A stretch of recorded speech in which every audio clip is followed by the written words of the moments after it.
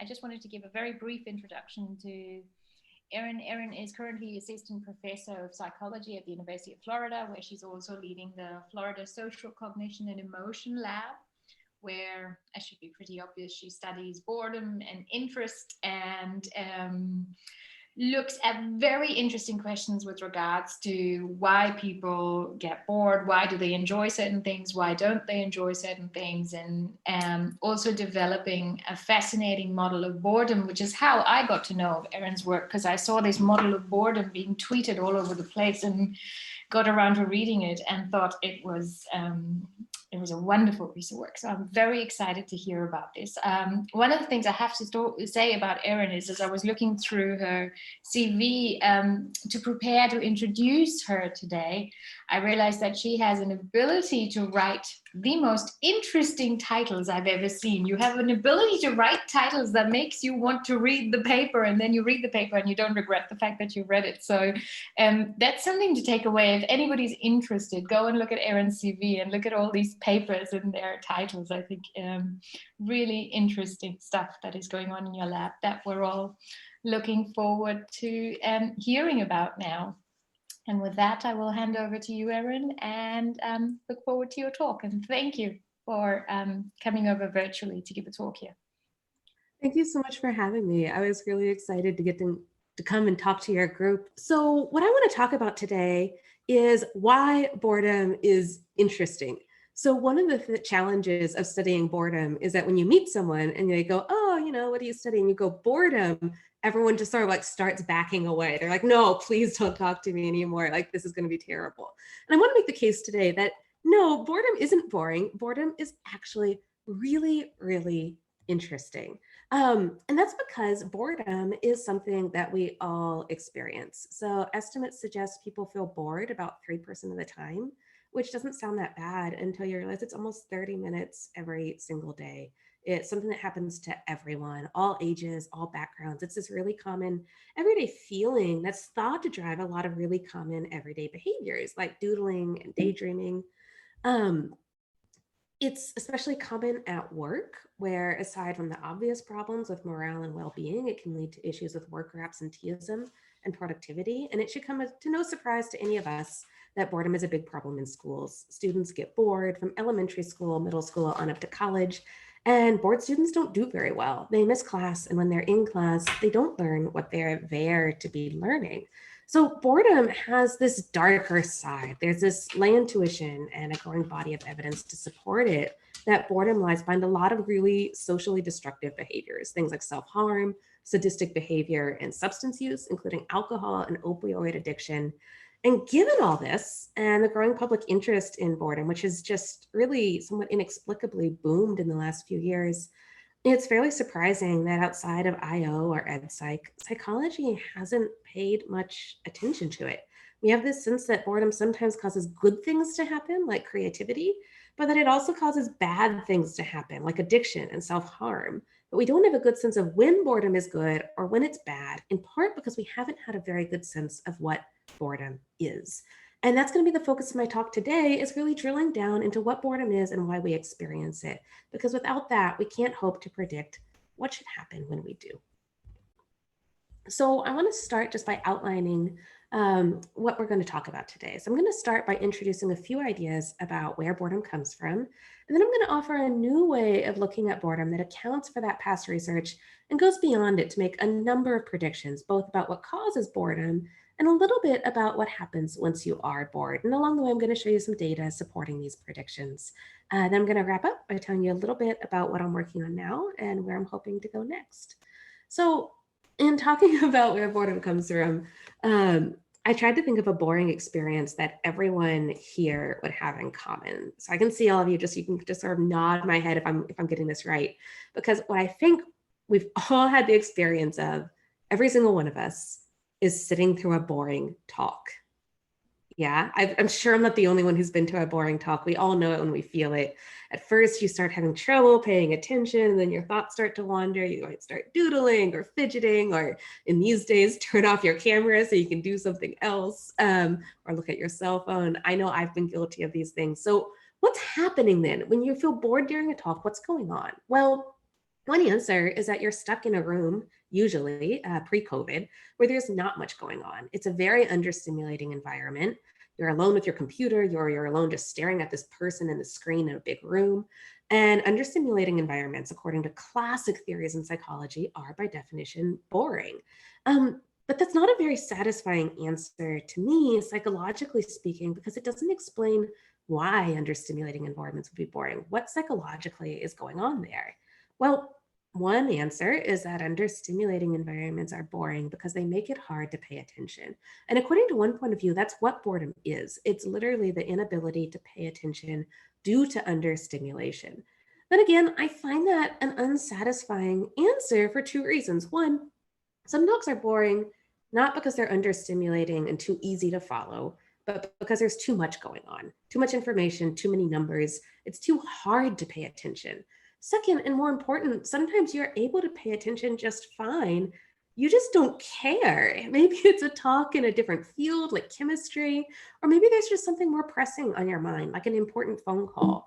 But whatever it is, the talk at that moment lacks meaning to you. And according to this third perspective, boredom is really all about meaning. So, yes, talks may be understimulating, and yes, talks may be hard to pay attention to, but if they're boring, it's only to the extent that it's because they lack meaning. So, just to recap, we feel bored when we're in understimulating environments. We feel bored when we can't pay attention. We feel bored when things lack meaning. And there's good empirical evidence to support all of these. We know a lot about these different situational features that can lead to boredom. And we have some ideas for what might happen once people are bored. But boredom itself is still this black box. And what I want to do this morning for me, this afternoon for you, is unpack that box and look at the mechanisms and function of boredom.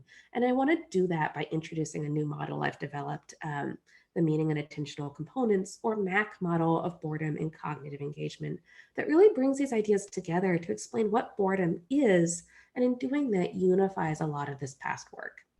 So before we get started, the Meaning and Attentional Components, or MAC model, draws heavily from this idea that emotions convey information.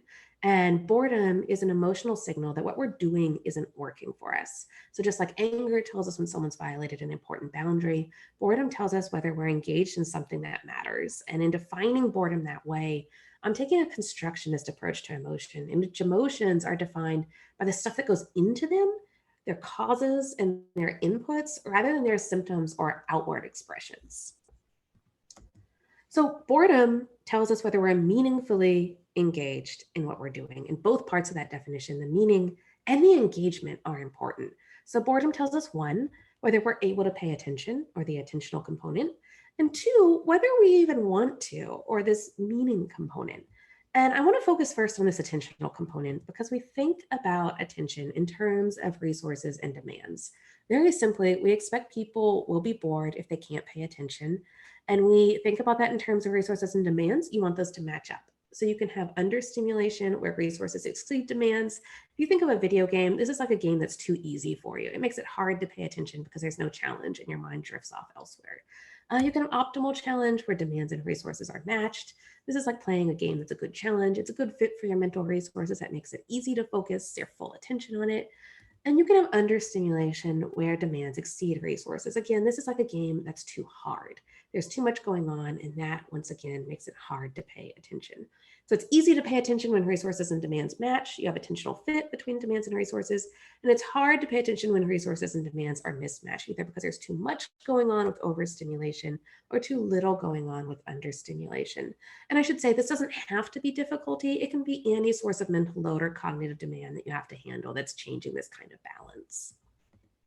So importantly, the MAC model distinguishes between two kinds of this optimal stimulation good fit. Resources and demands can match because they're both low or because they're both high. So for instance, if you're tired and you don't have many resources, sure, watching a mindless television show might be a good fit for you. We call this low level engagement. You're able to pay attention because demands and resources are both low.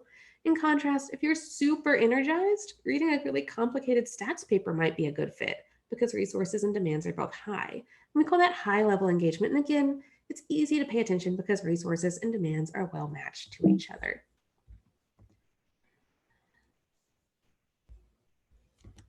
So the reason we're talking about attention before we get too far astray is because attention, according to the MAC model, will lead to boredom when people aren't able to pay attention. If you're not able to pay attention, you're going to feel bored. And that can happen either because it's too easy and you're experiencing understimulation, or because it's too hard and you're experiencing overstimulation, as you can see in the top and bottom rows here. Likewise, when demands and resources match, like in these two middle rows, people are able to pay attention, and as a result, they shouldn't be bored. And in particular, you'll see here that we're contrasting boredom with feelings of enjoyment and interest. That's a difference I'll come back to later in the talk. But so far, we've been talking all about attention, but of course, attention isn't enough. You also have to want to be doing what you're doing. So I'm going to switch now to talking about this meaning component. And I want to really clarify, this is not meaning with a capital M, meaning in life. It's just whether whatever you're doing in the moment feels subjectively meaningful to you. And so formally, we define meaning here as the feeling that arises when what you're doing matches up and furthers currently active valued goals. And by goals, we don't mean long-term things like going to law school, but something more like current concerns, whether that's something big like getting tenure or something small like getting coffee. So meaning can be high when what you're doing matches up with what you want to be doing, or it can be low when you want to be doing something else. So going back to this table I showed you earlier, this was actually all true when meaning was high. It assumed that you wanted to be doing what you were doing, you were just having trouble paying attention.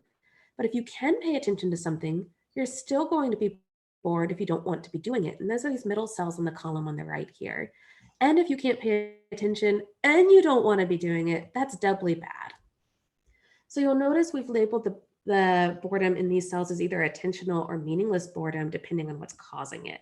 And we've done that because we think they may be slightly different experiences that have slightly different consequences, which I will come back to later. So by putting together attention and meaning in this way, the MAC model makes a number of predictions about what causes boredom. And I want to pause and outline those predictions here before I show you some data. So the first prediction, very simply, is that attention and meaning will independently produce boredom. Second, that they will produce slightly different types of boredom. Third, that not just understimulation, but overstimulation can also cause boredom.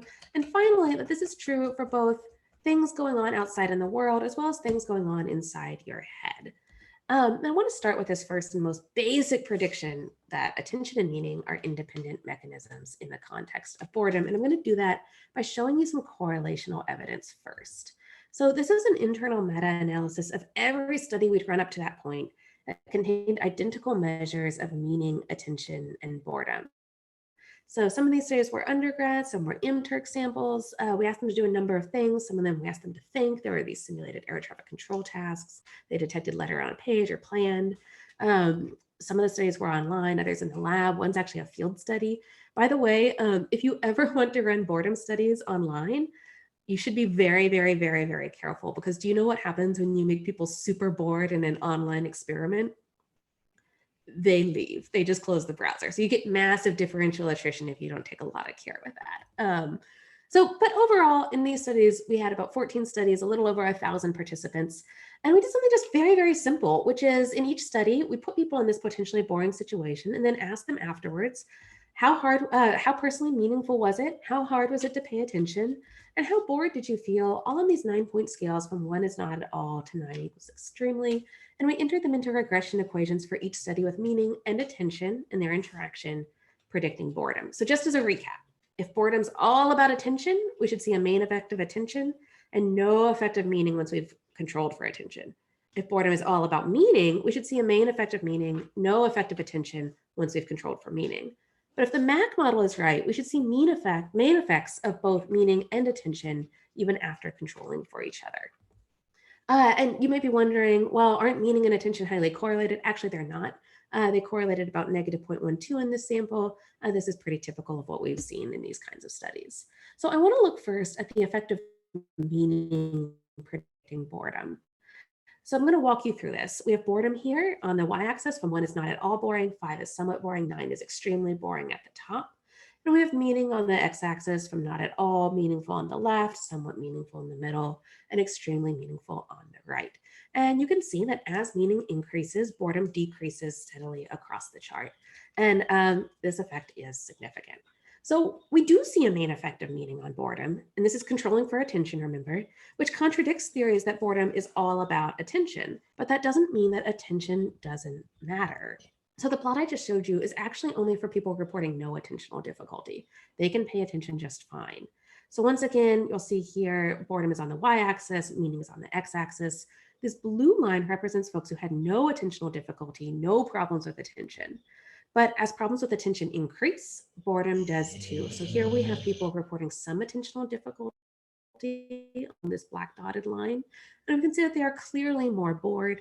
And again, when we look at people experiencing extreme attentional difficulty, this dotted red line, they're even more bored. And this is true across all levels of meaning. So again, we see this very significant main effect of attention on boredom, even when controlling for meaning. The harder it was to pay attention, the more bored people were. And here's what it looks like when you put this all together. There's a clear main effect of attention, a main effect of meaning, and no interaction. As meaning increases from left to right, boredom decreases across all levels of attention. And as attentional difficulty increases from the blue to the red line, boredom increases too across all levels of meaning. And this relationship is additive, it's not multiplicative. So people were most bored when it was not at all meaningful and they were experiencing extreme attentional difficulty. And they were least bored when it was extremely meaningful and they weren't experiencing any attentional difficulty. And there's really absolutely no interaction between them when you do the meta-analysis. So to summarize, we see correlational evidence here that attention and meaning independently predict boredom, don't interact, and are not highly correlated. But if we want to make a causal argument, we really need to manipulate meaning and attention directly, and we did that in the next study. So in study 2, rather than putting people into boring situations and asking them to self-report, we manipulated attention and meaning directly. And we did this using a simulated air traffic control task. So participants saw exactly what you see on the screen right now. They read that in the first part of the study, you'll complete the circles task. You'll see 2 lines on a circular plot. Your job is to determine whether the 2 lines will eventually cross or collide. Below are examples of plots that cross or do not cross. Notice in the do not cross plots, the lines will never collide, whereas in the cross plots, they will. So to bring us back to the model for a minute, we're looking at the top 4 cells here. This is a 2x2 study where we have low and high levels of attention. That's the first and second row, crossed by high and low levels of meaning, which are the columns. And we predict 2 main effects. First, people should be more bored when experiencing understimulation in the top row because it should lead to low attention. And they should be less bored when experiencing low level engagement, that second row, because that should lead to more optimal attention. Likewise, people should be more bored when meaning is low, the column on the left, and less bored when meaning is high. Or sorry, I have that backwards. Less bored when meaning is low, the column on the right, more bored when meaning is high, the column on the left. So in the low attention condition, we manipulated it by changing how difficult the task was. And we made this error detection task really, really easy. So it would result in understimulation. So the lines clearly crossed 97% of the time. And when they hit, it was really easy to tell because it looked like this. So I'm going to show you what this looks like. And this is somewhat unconventional, but I'm going to ask you to unmute your mics for a moment and just shout at the screen for me. All right. So what I'm going to ask you to do is when the lines are parallel, I want you to yell miss. And when the lines are headed directly at each other, I want you to yell hit. All right, got that? Miss when they go parallel, hit when they point at each other. All right, is this a hit or a miss? Miss. Miss. Great job. Germans are brilliant. What about this one? Miss. Miss. Beautiful. Miss. Perfect. Y'all are on a roll. This one. Miss. Miss. Oh, y'all are so good. Such a good crowd. One more. One more. Yes, there we go.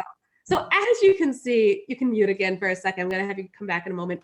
This was an extremely easy task. Literally a 5-year-old could do it. That actually continued for an additional 593 trials. The lines only hit 3% of the time. Extremely understimulating. It's hard to pay attention because of it. But in the optimal attention condition, we tweaked it so that there were many more hits. It was about 50-50, and it was much harder to discriminate. So forgetting the old rules, unmute for a second. Tell me, is this a hit or a miss? Hit or miss? Miss. Yeah. I hear a hit. This is actually a hit. They will eventually. Yeah, they will, like years ago. This one? Oh, I hit that wrong. Sorry. Yes, that was a miss. So this is a hit. It's a hit. Yeah. And then this is the miss version of that hit. You can see that they're just barely different. So you guys can mute again. Thank you so much for playing along with me. As you can see, the challenging version is way more difficult. And because of that, it's actually easier for your sort of average undergraduate college student to pay attention to it, because it's a better fit for college students' resources, especially if they're doing it for about 10 minutes. It's just like a game is easier to pay attention to when it's appropriately challenging versus way too easy. So we crossed that with a meaning manipulation. This is always kind of sad. In the low meaning manipulation, we just didn't give them any reason why they were doing the study. We told them it was just a typical psych study. That turns out that's really meaningless to most undergrads. And in the high meaning condition, we said, hey, look, if you just do better than chance on this task, we'll let you donate $1 to charity. So in the low meaning condition, they read there'll be about 600 trials based on your initial performance. You should be fine once you get going. Press next to begin. In the high meaning condition, they read again, there'd be about 600 trials. If you answer at least 50% of the trials correctly, we'll donate $1 to a charity of your choice. This means you must do better than you would by chance. That is, than you would by randomly guessing whether the lines will collide. Based on your initial performance, you should do fine on this task once you get going. Press next to begin. So they were able to pick one of 7 charities and wrote a few sentences about why they cared about that charity before beginning. So after 10 minutes of this task, we asked people how bored they were. And we're going to look first at the effect of this attention manipulation that you all just did. So first of all, so this is boredom on the y-axis. The low attention, easy version that you just did is extremely boring. It's about an 8 out of 9 on the boredom scale. People did not enjoy this. But that dropped in the optimal attention condition. That is, as predicted, when we made it easier to pay attention, people were less bored. So what about meaning? So as you recall, we crossed this task with our charity manipulation to increase meaning. And so here's participants in the low meaning condition, again, without the charitable contribution. So the graph I just showed you is only for people in low meaning. And when we look at people that did the charity task that said that the task was more meaningful, you see the same pattern for attention, where low attention is more boring, but there's also this significant main effect of meaning. As predicted, people in the high meaning conditions in green were less bored than people in the low meaning conditions in blue. And once again, you'll notice there's really not an interaction here. These effects appear to stack on each other. They're additive. The effect of meaning doesn't seem to depend on attention or vice versa. If you don't want to be bored, you need to be attentionally engaged and it needs to be meaningful. So as predicted, we see that attention and meaning deficits can both produce boredom, but we also predicted they'd produce different kinds of boredom. So in addition to rating how bored they were, we also had participants rate their inattention, disengagement, agitated affect, dysphoric affect, and time perception. Just to orient you here, these dependent variables are now on the x-axis and the values are on the y-axis. So looking just first at attention, low attention is in blue, optimal attention is in green. And what you'll see is, as you might expect, participants in the low attention condition said they had more trouble paying attention. Great, wonderful manipulation check. That's exactly what we want to see. But really interestingly, there were no other differences in disengagement, agitated affect, dysphoric affect, or time perception between the 2 attention conditions. And it was the difference in attention, not these other dimensions, that mediated the effect of the condition on boredom. So in the low attention condition, people had more trouble paying attention, which in turn predicted feeling more bored in that condition. In contrast, here are the results for the meaning condition. So I just swapped the meaning of the colors here. So the blue bar now means low meaning, green bar now means high meaning. DVs again are on the x-axis. And the first thing you'll notice is there's not a significant difference in inattention between the 2 meaning conditions. Instead, we see significant differences on the other 4 dimensions, where low meaning led to greater disengagement, more agitated affect, more dysphoric affect, and more distorted time perceptions. And all 4 of those, with the exception of inattention, mediated the effect of meaning on boredom. So for instance, looking at disengagement, people in the low meaning condition felt more disengaged, which in turn predicted greater boredom. So as you can see, when you put this all together, we have these 2 different profiles of boredom, where attentional boredom was characterized by difficulty concentrating, and meaningless boredom was characterized by feelings of agitation and sadness, time slowing down, and the desire to do something else. So in short, these different causes resulted in different types of boredom. So to recap, I just showed you correlational and experimental evidence that attention and meaning independently produce boredom, aren't highly correlated, and don't interact. And we saw that they seem to do so because they're operating via separate mechanisms, which brings me to this third prediction, that not just understimulation, but overstimulation can cause boredom as well. So up to this point, all the studies I've showed you have really been about attention deficits caused by understimulation. So we're going to shift gears a little bit. And I want to say that this prediction that overstimulation should lead to boredom is probably one of the most counterintuitive predictions we make, because it raises the question, well, shouldn't overstimulation lead to frustration, not boredom? Well, no, because boredom and frustration are about different things. So appraisal theory is defined frustration as being displeased about an unsatisfying outcome, particularly in the context of blocked goal pursuit. So a task should give rise to boredom to the extent that people feel they don't have the cognitive resources to focus on it, but frustration to the extent that their inability to focus blocks a desired outcome. So while boredom is about sort of the process, frustration is more about the outcome of that process. So in study 2, we looked at the understimulation where people were bored because the task was too easy. Now in study 3, we're going to look at overstimulation where people are bored because a task is too hard.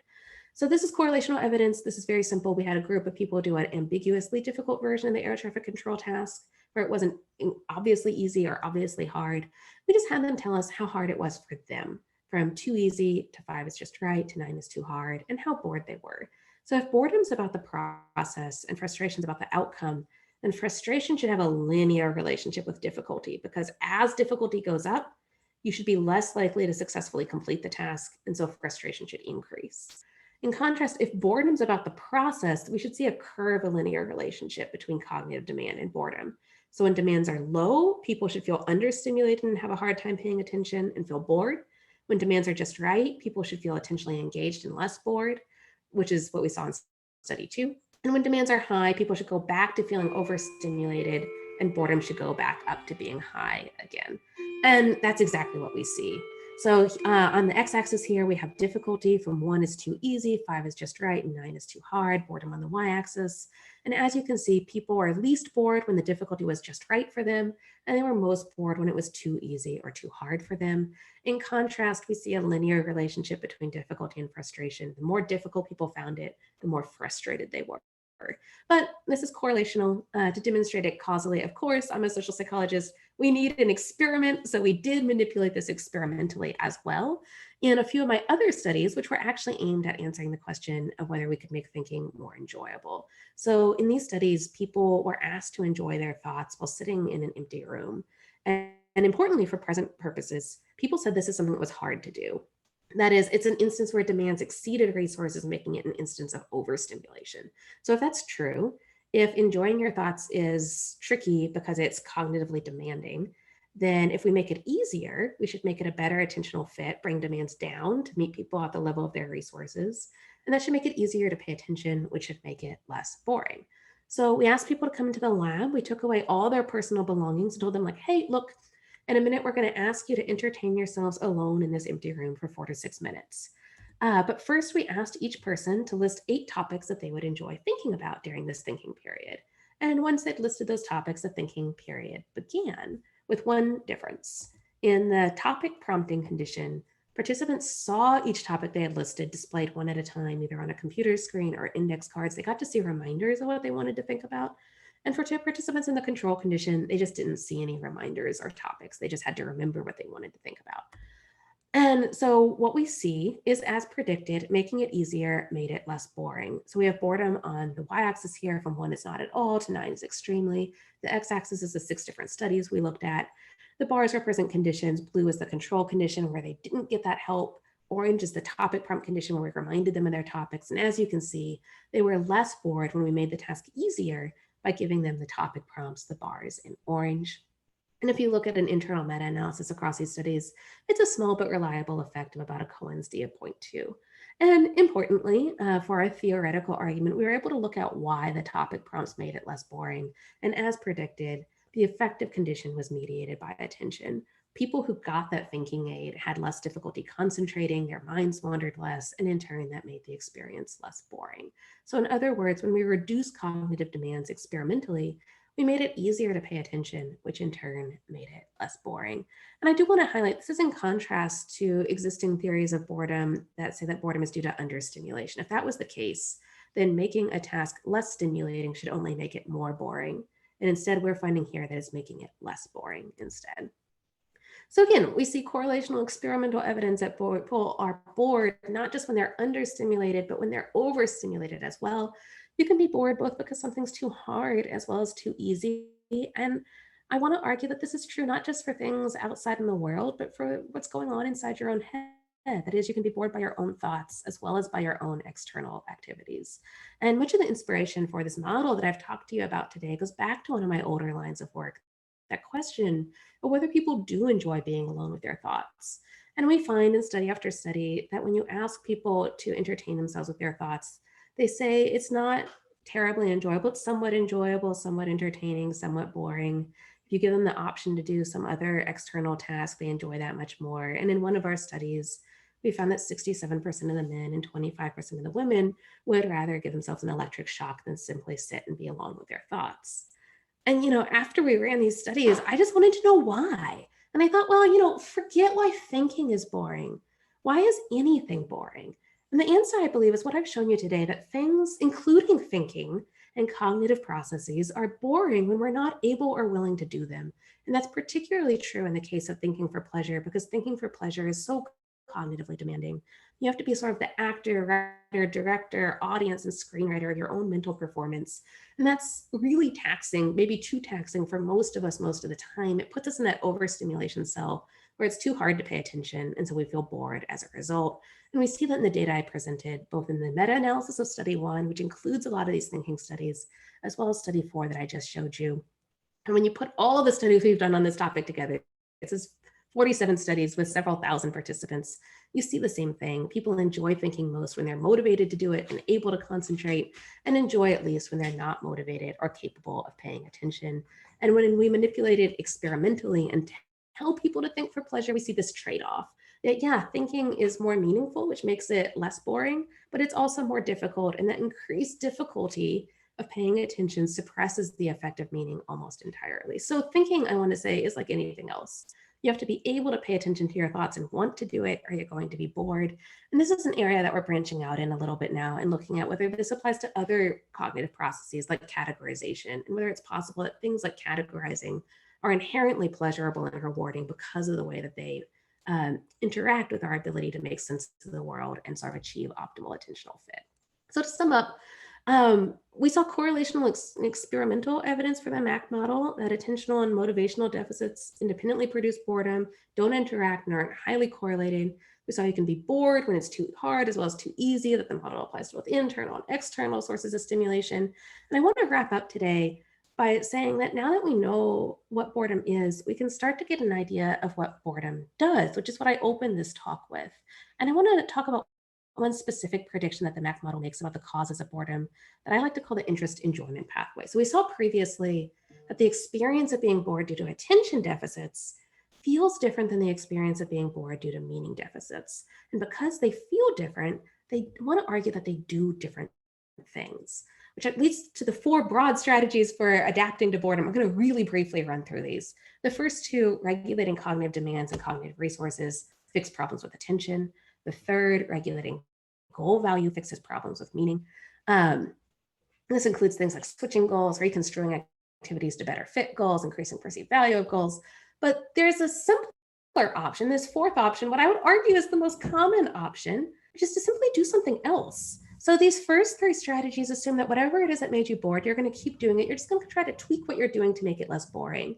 This 4th option, the nuclear option, is to do something else entirely. And a lot of times this makes sense because by switching to a totally different activity, you may be able to pick something that better fits both your cognitive resources and your current goals and kill 2 birds with 1 stone, which is great. But it raises another question, which is if bored people want to do something else, what should that something else be? So in general, we think of 2 emotions that are the opposite of boredom, interest and enjoyment. And as many of you all know, interest and enjoyment are similar in many ways, but they have some important differences. So according to appraisal theories, interest is about making sense of complex situations. Paul Sylvia has this great quote that I love, that it's about things that are not yet understood, but which are understandable. Well, enjoyment is more about simple, familiar things that have been rewarding in the past. So something can be interesting, but not enjoyable, like watching a documentary. about the Holocaust, or enjoyable but not interesting, like playing a mindless game on your cell phone. And people can reliably discriminate between interest and enjoyment in a variety of domains, including poems, shapes, artwork, polygons, etc.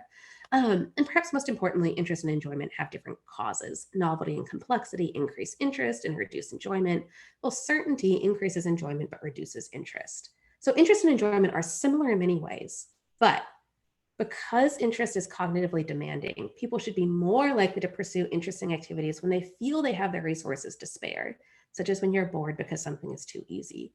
In contrast, enjoyment may be more appealing when you feel like you have relatively few resources, such as when you're bored because something is too hard. So we induced these two different kinds of boredom and gave people a choice. But before we get to that, I have a quick question for all of you. These are two games I want you to imagine. I'm going to ask you to raise your hands in a moment to vote. These are two games you can play on your cell phone. You can see player ratings for the two games below. And these games have been previously rated by students for how enjoyable and interesting they are. As you can see, game A is pretty enjoyable, but not very interesting. And game B is pretty interesting, but not very enjoyable. And what I want to know right now, be honest, is which game, if I let you play this game right now, you would prefer to play. How many of you would want to play game A, the enjoyable game? Just raise your hand in your video. I can see, I can scroll through. All right, yeah, I see some sheepish hands going up. I like it, I like it. How many of you would play game B, the interesting game? All right, a couple of you. All right, nice, nice. I see y'all. Yeah, we're about a 50-50 split. That skews a little bit more interesting than most audiences I talk to, for the record. So we have this enjoyable option and this interesting option. And what we wanted to know is, what do people want to do when they become bored? I promise I'm not diagnosing how bored you are on the basis of this, but maybe a little bit. So we had people do an easy and a hard version of a letter detection task, and then we gave them the same exact choice that you just had. Do you want to play this enjoyable game or this interesting game? And in the easy condition, you see all these letters on a page and you read, we're interested in people's perception and detection skills. That is how quickly you can spot something on a page. Starting at the top, we'd like you to cross out the E's on this page according to the following rules. These are very simple rules. 1, work horizontal row by row. 2, begin at the top. Don't go back to a row once you finish it. 3, cross out every E you see. Very simple, very, very easy. In the hard condition, they read the same instructions, except we sort of upped the stakes a bit. So now they read, 1, working horizontally row by row, beginning at the top. Don't go back to a row once you finish it. Cross out every E preceded by a vowel, A, E, I, O, or U. Cross out every E that is followed by an X, T, or an R. Cross out every E that is exactly 5 letters away from a vowel in the same line. And cross out every E preceded or followed by a K, M, or a V. So I should say that when we ran this study, I actually had one participant in this condition who walked up to me and asked if he could leave because he felt nauseous. This is hard. This is the only time I've ever had to report to the IRB an adverse event in one of my studies. This is terrible. It is very hard, even for college students. So to bring us back to the model super quickly, what we're looking at here is really comparing, in both cases, this task is meaningless, but we're comparing when it's really too easy versus where it's too bored. It should be, sorry, too easy versus too hard. It should be equally boring, but this boredom should make you want to do different things about it to fix it. So here's an example of the letters page. You can see, as you can imagine, those second instructions would be an absolute nightmare. So we had the people do the too easy version or the too hard version. And what we predicted was that in the too easy version, that people who were bored, because they felt like they were, doing something that was way too easy, would feel like they have lots of extra resources. And so they would want to play the interesting game, game B, next. Whereas people that did the really, really hard version would feel like, oh my God, I don't have any resources. I'm overwhelmed. I just want to do something simple and mindless, and that they would want to play the easy game instead. So before I show you what people chose, like I said earlier, people were bored both when the task was too hard as well as when it was too easy. They were about a 5 out of 9 on this scale. No differences between condition, which is great. That's what we would predict. You should be bored in both cases. But as we predicted, when you break it down, people want to do different things about that boredom. So first of all, overall, this study was done on University of Virginia undergraduates. They preferred the enjoyable game. There was an overall sort of main effect preference for the enjoyable game. But when we break it down by condition, we see exactly what we expected, that people were more likely to prefer the enjoyable game when they were bored due to overstimulation, that green bar, doing a task that was too hard, and more likely to prefer the interesting game when they were bored due to understimulation doing a task that was too easy. And we think this is important because seeking out enjoyable activities instead of interesting ones may backfire and ultimately lead to experiencing more boredom in the long run. And that's because the work that goes into interest goes into building new schemas and knowledge. And those schemas and knowledge are exactly the things you need to have in place to make sense of and feel interest in complex topics when you encounter them again. So the experience of interest and engaging with that sets you up to experience interest again down the future. So imagine, for instance, you experience a new novel complex situation for, I know many of you study language, maybe it's a new word that you're encountering or some new language stuff. It's too hard to process, you become bored. At this point, you have two choices. You can do something interesting or you can do something enjoyable. Doing something interesting may result in cognitive growth, and that cognitive work may lead to new knowledge or schemas. Doing something enjoyable, by contrast, may feel good. It may fix the feelings of boredom in the moment, but not have any of those side benefits, which means if you encounter a new novel complex situation in the future, if you've done something interesting in the past, you may be more prepared to make sense of this new novel complex situation and find it interesting rather than boredom. In contrast, if you haven't, you may find yourself back in the same boat and feeling bored again. So in this sense, enjoyable activities are a little bit like junk food. They offer short-term satisfaction at the cost of long-term well-being. And they may make sense in a moment if you just need to do something to fix it and you don't have the resources at hand. If you're bored and you switch to an easy, enjoyable activity like playing Candy Crush instead of a more demanding but interesting activity like a documentary about the civil rights movement, it is going to fix your boredom. But it might not do anything to foster the kinds of new interests and goals that would prevent you from feeling bored again in the future.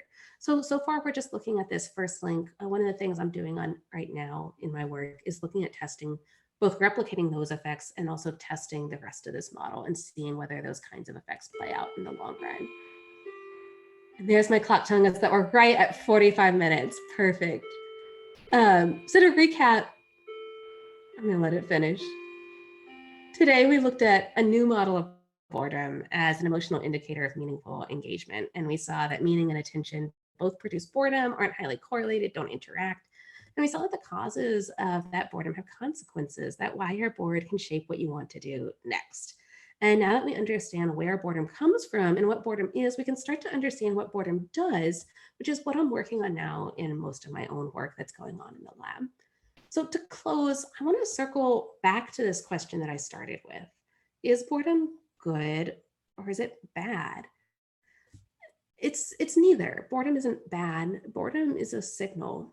Much like pain, it might not be pleasant, but boredom sends us important information about whether we're meaningfully engaged in our lives. And so, if you will, it's a canary in a coal mine chirping away at us when we're not able to do the things that matter. And it's how we respond to that message that's important. So I'm going to close with Walter Benjamin's words that boredom is the dream bird that hatches the egg of experience, and a rustling in the leaves can drive it away. Thank you, and I'm happy to take questions.